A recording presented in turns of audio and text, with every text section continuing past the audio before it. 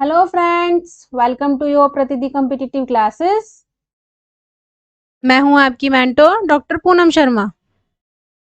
आज हम डिस्कस करते हैं उत्तराखंड पब्लिक सर्विस कमीशन के असिस्टेंट प्रोफेसर का पेपर जो कि 2017 में हुआ था, सोशलॉजी का। Question number 1, from which year the formal development of the sociology is consider in India. या भारत में समाजशास्त्र का औपचारिक विकास किस वर्ष में माना जाता है? तो इसका राइट ऑप्शन आएगा 1919, 1919 में माना जाता है भारत में। ठीक है, भारत में समाजशास्त्र का औपचारिक विकास 1919 में माना जाता है और ये यहाँ भारत में आने के बाद बॉम्बे विश्वविद्यालय में पढ़ाया जाने लगा। ठीक है, इकोनॉमिक्स के साथ में इको और यहाँ पे सोशो, यानी कि दोनों का कंबाइन इनका वो होता था और दोनों को साथ में पढ़ाया जाने लगा। पैट्रिक गिडिक्स यहाँ पे लेके आए थे इसको, और इनके जो बेहतरीन शिष्य हैं वो हैं जीएस गुरिये। ठीक है, याद रहेगा। बट एक सबसे बड़ी बात जो है वो है 1838 के अंदर ये सबसे पहले आपके यूएसए यानी कि अमेरिका के येल विश्वविद्यालय में पढ़ाया जाने लगा। ठीक है, तो याद रहेगा क्वेश्चन नंबर 1 का राइट ऑप्शन आएगा डी, ये 1919 में भारत में पढ़ाया जाने लगा। क्वेश्चन नंबर दूसरा देख लेते हैं। Who said sociologist are the priest of the modern society. समाजशास्त्री आधुनिक समाज के पुजारी हैं, ये किसने कहा? ये कहा आपके अगस्त कॉम्टे ने कहा। अगस्त कॉम्टे का जो सिस्टम था कहने का वो था पॉजिटिव पॉलिटी में। ये जो बात कही इन्होंने, ये इन्होंने कही सिस्टम ऑफ पॉजिटिव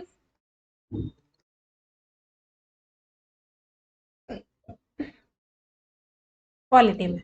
ठीक है, इमानुएल दुर्खिम को आप जानते ही हैं, ये बहुत ज्यादा प्रकार्यवादी दृष्टिकोण रखते हैं और इनकी जो फेमस बुक है वो बुक है द सुसाइड। ठीक है, याद हो गई होगी अब तक तो, I know. And max weber जो है, मैक्स वेबर की इन्हीं के युग के माने जाते हैं और इन्होंने नौकरशाही के ऊपर काफी काम किया है। इनकी जो बुक है वो है इकोनॉमी एंड सोसाइटी, जो कि इनकी 1922 के अंदर रिलीज हुई। ठीक है, question number third, sociology the study of the form of social relation, who said this. ठीक है, समाजशास्त्र सामाजिक संबंधों के स्वरूप का अध्ययन है, ये किसने कहा है? ये जॉस सीमेल कहा है। आपको याद आना चाहिए, क्वेश्चन में जब पूछा गया है तो उन्होंने कहा है कि school of sociology, school of sociology किसने बताई थी? तो उनके दो पार्ट बताए थे, फॉर्मल एंड इनफॉर्मल। उसके अंदर एक पार्ट का जो था इनफॉर्मल का, वो था कि जॉस सीमेल ने स्वरूपों का अध्ययन बताया है, ये इसका राइट ऑप्शन आएगा। ठीक है, और इनकी जो फेमस बुक थी वो बुक थी the philosophy of mind, the philosophy of mind, इनकी जो फेमस बुक थी वो। इमाम दुर्खीम की बुक को आप जानते ही हो, the division of labour in society, जो कि 1893 में लिखी गई थी। मेकाओ एंड पेज की जो बुक थी वो सोसाइटी थी। ठीक है, ये ध्यान रखने वाली बात है। और ये वाला कॉन्सेप्ट जो है स्कूल ऑफ सोशलॉजी के बारे में पूछा गया था, वहां से आया है। Question number 4, according to Tonnies neighbourhood is. According to Tonnies, देखो इसमें एक वर्ड आया है टॉनीज के अकॉर्डिंग, पड़ोस क्या है? तो टॉनीज ने दो प्रकार की चीजें बताई थी। पहले इन्होंने बताया था जामिन शाफ्ट एंड जैसर शेफ्ट। ठीक है, एक का मतलब होता है आपका सोसाइटी और एक का होता है आपका कम्युनिटी। तो इसका जो राइट ऑप्शन आएगा वो आएगा ऑप्शन नंबर ए, कि टॉनीज के अनुसार पड़ोस एक समुदाय है। ठीक है, अब बात कर लेते हैं आपके प्राइमरी ग्रुप की एंड सेकेंडरी ग्रुप की। ये इन्होंने आपको बताया CH फुले ने। ठीक है, एंड सोशल ग्रुप जो सामाजिक ग्रुप है वो आपके बताया है बोगार्ट्स ने।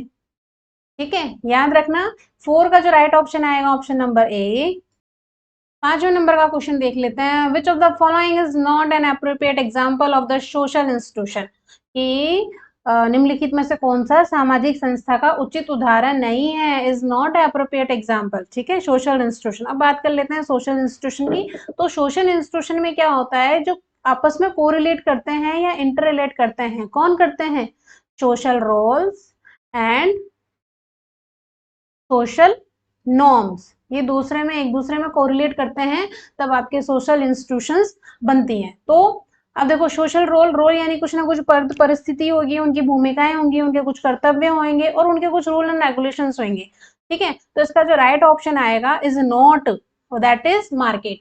क्योंकि पॉलिटिकल पार्टीज या ट्रेड यूनियन या आपके नॉन गवर्नमेंट ऑर्गेनाइजेशन जैसे एनजीओज हो गए हैं, या family, economy, religious, education, government, state, ये सारे आपके सोशल इंस्टीट्यूट में आते हैं।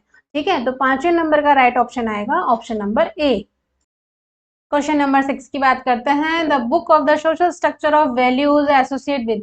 देखो, सोशल स्ट्रक्चर ऑफ वैल्यूज, जब भी वैल्यूज के बारे में बात होना, आर के मुखर्जी आपको लगाना है, राधा कमल मुखर्जी। ये कंफ्यूज करने के नाम दिए जाते हैं, राधा कृष्ण, राधा कमल, बट इसका राइट ऑप्शन आएगा Radha Kamal Mukherjee. The social structure of values किसने लिखी? आर के मुखर्जी ने। क्वेश्चन नंबर 7 देखते हैं। The state is an example of the which is the following. ठीक है, द स्टेट का एग्जाम्पल कौन सा है जो दिए हुए हैं उन ऑप्शंस में? पहले हम बात करते हैं प्राइमरी ग्रुप की। प्राइमरी ग्रुप में जब भी बात होती है तब उसमें डायरेक्ट रिलेशनशिप होता है, यानी कि डायरेक्ट आपकी कम्युनिकेशन होता है, फेस टू फेस। ठीक है, जैसे फैमिली हो गई, मम्मी पापा भाई बहन हो गए, हमारे नेबर्स हो गए, हमारे स्कूल के फ्रेंड्स हो गए, लाइक दैट, ये आपके फैमिली ग्रुप में आते हैं, प्राइमरी ग्रुप में आते हैं, और ये आपके कही थी CH कूले ने, ध्यान रखना इस बात को। अच्छा, दूसरे की बात करते हैं कम्युनिटी। कम्युनिटी में क्या होता है? एक एरिया होता है। ठीक है, इस एरिया में लोग रहते हैं जहाँ पे बी फीलिंग पाई जाती है। एक जोग्राफिकल एरिया होता है आपके एक। ठीक है, एसोसिएट किया जाता है, एक दूसरे के साथ सहयोग की भावना होती है, वहां पे उसको कम्युनिटी कहते हैं। तो कम्युनिटी के जो ऑप्शंस होते हैं, यहाँ के लोग क्या एक दूसरे के साथ इंटरेक्ट करते रहते हैं, कहीं ना कहीं किसी ना किसी तरीके से जानना, एक दूसरे से इंटरेक्ट करने वाले होते हैं।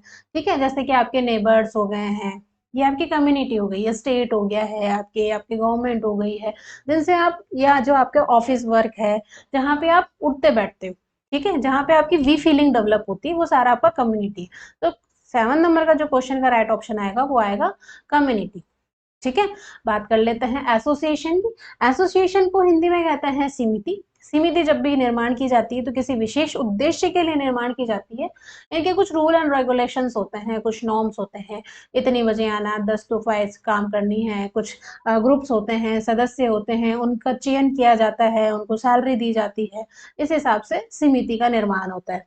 ठीक है, जैसे कि आपके कॉलेज हो गए, क्लब हो गए, बिजनेस हो गए, या कोई रिलीजियस हो गए, या कुछ एनजीओ हो गए। ठीक है, ये सारे आपके समिति में आएंगे।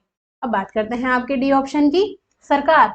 सरकार तो आप जानते ही हो कि राज्य के हित के लिए जो कार्य की जाती है उसे सरकार कहते हैं। सरकार के अंदर मोनार्की होती है, डेमोक्रेसी होती है, ये सरकार के आपके टाइप्स हो गए हैं। तो 7 नंबर का जो राइट ऑप्शन आएगा कि स्टेट कम्युनिटी का पार्ट है।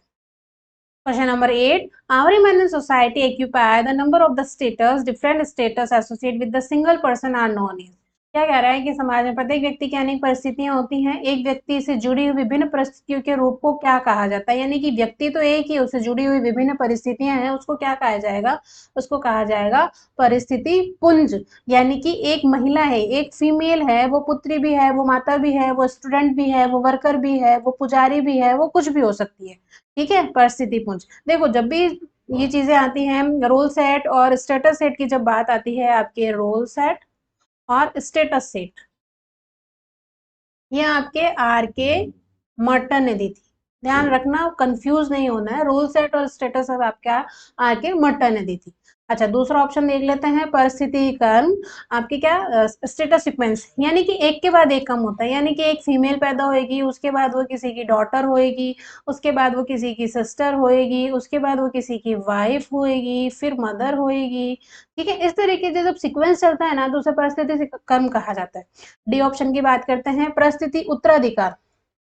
उत्तराधिकार के अंदर क्या होता है कि ट्रांसफर कर ली जाती है एक पोजीशन। ठीक है, एक पर्टिकुलर स्टेटस एक अलग व्यक्ति को ट्रांसफर कर लिया जाता है, इसको उत्तराधिकार कहते हैं। जैसे जैसे कि एक पिता ने अपनी सारी संपत्ति का वारिस अपने सन को बना दिया है, यानी कि उसने उसको अपना उत्तराधिकार मान लिया है। ठीक है, अच्छा, अब बात कर लेते हैं ऑप्शन नंबर 1 की, परिस्थिति असंगति। ठीक है, ये देखो, ये सारी जो चीजें दी थी, role set and status set, ये आपके आर्केट मर्टन ने दी थी, पर ये जो स्थिति दी थी, ये दी थी गेरॉन लेस्की ने। ठीक है, ये लेस्की ने दी थी तकरीबन 1950 के समय में। और इसके अंदर क्या होता है कि जो लोग अपनी परिस्थिति से, अपने स्टेटस से जो फ्रस्ट्रेटेड हो जाते हैं, जो सेटिस्फाइड नहीं हो पाते हैं, ये उन लोगों की बातें हैं कि वो अपनी परिस्थिति को छोड़ना चाहते हैं। ठीक है, याद रहेगा। तो 8 नंबर का जो क्वेश्चन है उसका राइट ऑप्शन आएगा status set. Question number 9, who has coined the term status, status and status vacancies. ठीक है, जैसे अपन ने अभी बात करी थी कि परिस्थिति पुंज, परिस्थिति क्रम या परिस्थिति की संभावनाएं किसने दी है, ये आपकी दी है आर के मर्टन ने। ध्यान रखना स्टेटस है, स्टेटस या स्टेटस सीक्वेंस आर के मर्टन का दिया हुआ है। रॉल्फ लिंटन ने रोल और स्टेटस की बात की थी। ठीक है, किंग्सले डेविस ने जो बात की थी वो ऑफिस स्टेटस की बात की थी। ठीक है, और मैकावन जो पेज थी उन्होंने सोसाइटी बुक लिखी थी। याद रहेगा, 9 नंबर का राइट ऑप्शन है डी।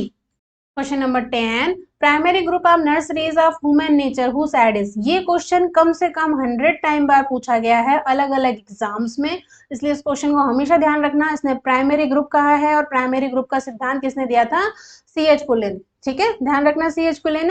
हर्बर्ट स्पेंसर को आप जानते हैं सोशल इवोल्यूस्टिक है।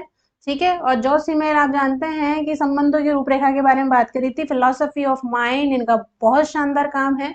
ठीक है, याद रखना फिलोसफी ऑफ माइंड। तो प्राथमिक समूह मानव समाज की पोशिका, ये आपके C.H. फूले ने कहा था। दोस्तों, अपने स्टडी को कंटिन्यू करते हुए बूस्टअप कीजिए, सफलता आपकी ही है। डेफिनेटली आप सफल हो जाएंगे। आशा करती हूँ आपको वीडियो पसंद आया होगा। Thanks for watching video. Please like और सब्सक्राइब कर दीजिएगा।